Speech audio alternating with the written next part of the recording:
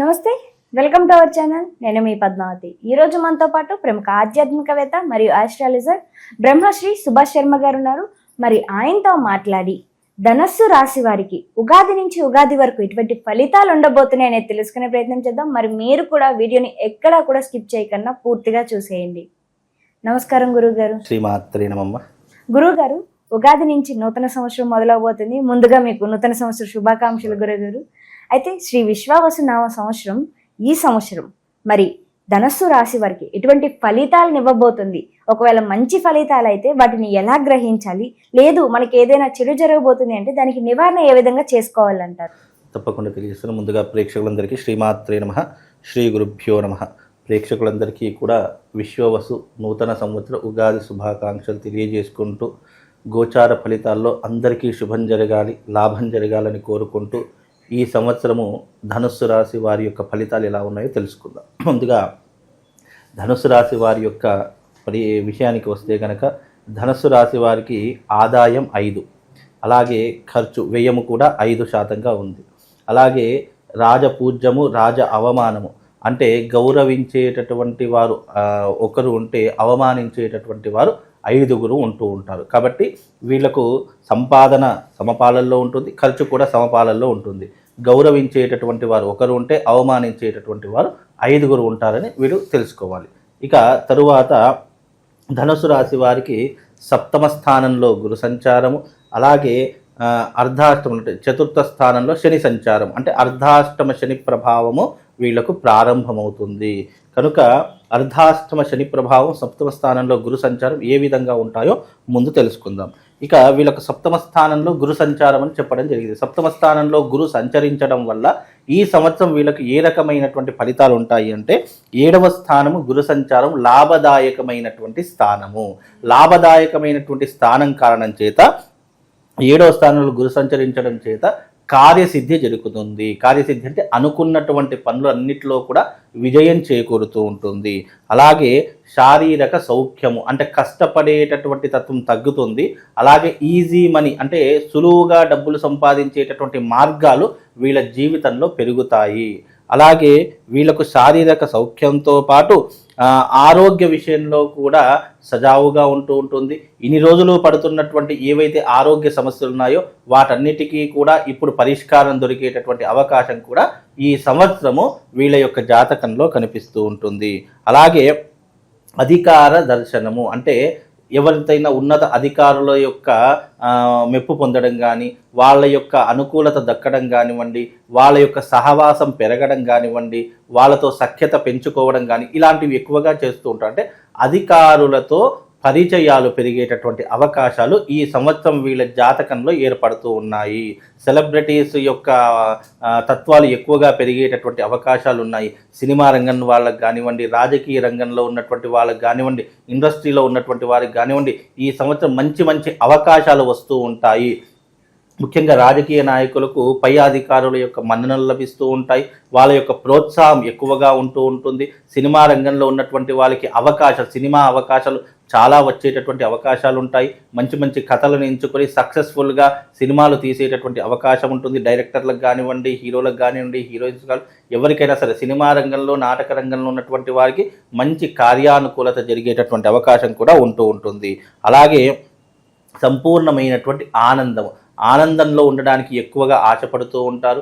వీలైనంత వరకు ఈ సంవత్సరం చాలా ఆనందంగా ఉంటారు అని కూడా ఈ యొక్క ధనుసు రాశి వారి గురించి చెప్పుకోవచ్చు. అందులోనూ ధనుసు రాశి వారికి సప్తమ స్థానంలో గురు సంచారం వల్ల ఆర్థికపరమైనటువంటిది, ఆరోగ్యపరమైనటువంటిది, మానసికపరమైనటువంటి విషయాల్లో చాలా సంతోషంగా ఉంటారు.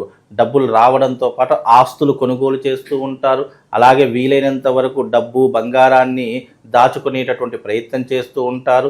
ఎక్కడ ఏది అవసరమో అంతవరకు మాత్రమే మాట్లాడేటటువంటి ప్రయత్నాన్ని ఏర్పరచుకుంటారు.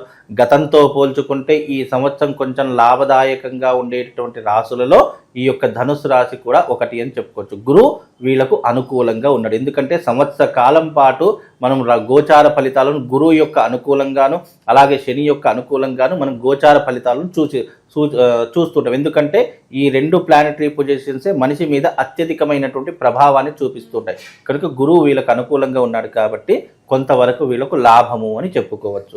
అలాగే ధనుసు రాశి వారికి అర్ధాష్టమ శని, అంటే గురువు బాగా ఉన్నప్పటికీ కూడా అర్ధాష్టమ శని ప్రభావం 4వ స్థానంలో శని సంచారం వల్ల వీళ్ళకు ఎలాంటి ఇబ్బందులు కలుగుతాయో తెలుసుకుందాం. అంటే ప్రతి మనిషి జీవితంలో పాజిటివ్స్ ఉంటాయి, నెగిటివ్స్ ఉంటాయి. కొంతవరకు సుఖం ఉంటుంది, కొంతవరకు నష్టం ఉంటుంది, కొంతవరకు లాభము, కొంతవరకు నష్టము. గురువు యొక్క అనుకూలం వల్ల, సప్తమ స్థానం గురువు వల్ల ఇంతవరకు మంచి చెప్పుకున్నాం. మరి శని వల్ల ఎలాంటి ఇబ్బందులు జరుగుతాయి అని అంటే గనక 4వ స్థానంలో శని సంచారం అంటే దీని అర్ధాష్టమ శని అంటారు. అర్ధాష్టమ శని అంటే 4వ స్థానంలో వాళ్ళ రాశి నుంచి 4వ స్థానంలో శని ఉంటే గనక దాని అర్ధాష్టమ శని. అయితే ఈ యొక్క ధనుస్సు రాశి వారికి అర్ధాష్టమ శని ఉండటం కారణం చేత ప్రమాదాలు, అంటే వాహనాలు నడిపించేటప్పుడు చాలా జాగ్రత్తగా ఉండాలి. ఎందుకంటే అర్ధాష్టమ శని ప్రభావం ఉన్నటువంటి వాళ్ళకు వాహన ప్రమాదాలు ఎక్కువగా జరిగేటటువంటి అవకాశం ఉంటుంది. కాబట్టి వాహనాలు నడిపించేటప్పుడు చాలా జాగ్రత్తగా ఉండండి. బంధువులతో చాలా జాగ్రత్తగా ఉండాలి. ముందర మంచిగా మాట్లాడి వెనక గోతులు తీసేటటువంటి అవకాశాలు కూడా ఎక్కువగా ఏర్పడతాయి. కాబట్టి బంధువులతో, మిత్రులతో, శ్రేయాభిలాషులతో చాలా జాగ్రత్తగా వ్యవహరించేటటువంటి ప్రయత్నం చేసుకోవాలి. గొడవలు పెట్టుకోవడం కానీ, పోలీస్ స్టేషను, కోర్టు కేసులకు చాలా దూరంగా ఉండేటటువంటి ప్రయత్నాలు చేసుకోవాలి. వీలైనంత వరకు ఇతరుల విషయాలలో, అంటే ఎప్పుడైనా జీవితంలో ధనుసు రాశి వారు ఈ సంవత్సరం అంతా గుర్తుపెట్టుకోండి, పోలీస్ స్టేషన్ వ్యవహారాదులలో కానీ, కోర్టు వ్యవహారాదులలో కానీ, డబ్బు వ్యవహారాదులలో కానీ ఎవరికి కూడా జమానత్ ఉండడం కానీ, అంటే షూరిటీ లాంటివి ఉండడం కానివ్వండి, అలాంటి విషయాల్లో కలుగజేసుకోవడం కానీ ఈ సంవత్సరం అస్సలు పెట్టుకోకండి. అలా పెట్టుకుంటే వాళ్ళు బాగుపడతారు, మీరు నష్టపోతారు. ఇది చాలా మట్టుకు గుర్తుపెట్టుకోండి. అందులోనూ వీళ్ళకు బంధుమిత్రులతో వైరం ఏర్పడేటటువంటి అవకాశం ఏర్పడుతుంది. అలాగే బంధుమిత్రులు వీళ్ళని పీడించుకుని తినేటటువంటి అవకాశం కూడా ఏర్పడుతుంది. డబ్బు కోసమో, లేదా మానసిక స్వభావం కోసమో, లేదా ఇతరితర కారణాల కోసమో బంధువుల యొక్క పీడ వీళ్ళకు ఎక్కువగా జరుగుతూ ఉంటుంది. అందులోనూ విచారం, ఎప్పుడూ కూడా ఏదో ఒకటి ఆలోచిస్తూ ఉంటూ ఉంటారు. కనుక ఆ విచారాన్ని దూరం పెట్టుకునేటటువంటి ప్రయత్నం చేసుకోండి.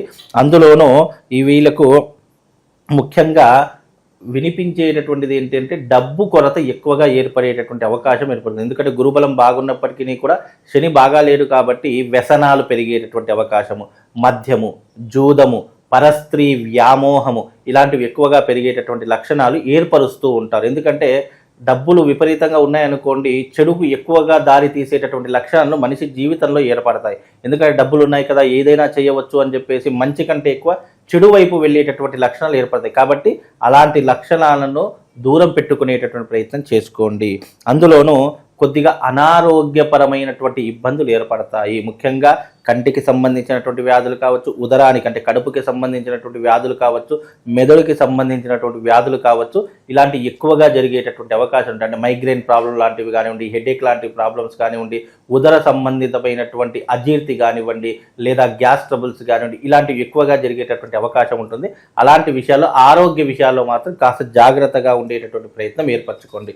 అందులోనూ రాహు కూడా 4వ స్థానంలో ఉన్నాడు కాబట్టి చతుర్థ స్థానంలో రాహు ఉండడం చేత విచ్చలవిడిగా డబ్బులు ఖర్చు చేయడము, విచ్చలవిడిగా బంధువులకు, మిత్రులకు ఎవరికి పడితే వాళ్ళకు డబ్బులు దానం చేయడము, లేదా వాళ్ళ గురించి ఎక్కువగా ఖర్చు పెట్టడము, లేదంటే ఇంట్లో చీటికి మాటికి గొడవలు ఏర్పడము, లేదా చెడు వైపు ఎక్కువగా వెళ్ళాలని మనసు రావడము, జూదము, మద్యం లాంటి చోట్లకు ఎక్కువగా వెళ్ళాలి అని ఆశపడము, విందులు వినోదాల్లో ఎక్కువగా పాలు పంచుకోవడము, ఇలాంటివి ఎక్కువగా జరిగేటటువంటి అవకాశం ఉంటుంది. 10వ స్థానంలో కేతు సంచారం, 10వ స్థానంలో కేతు సంచారం వల్ల కొద్దిగా ఇబ్బందులు కలిగేటటువంటి అవకాశం ఉంది.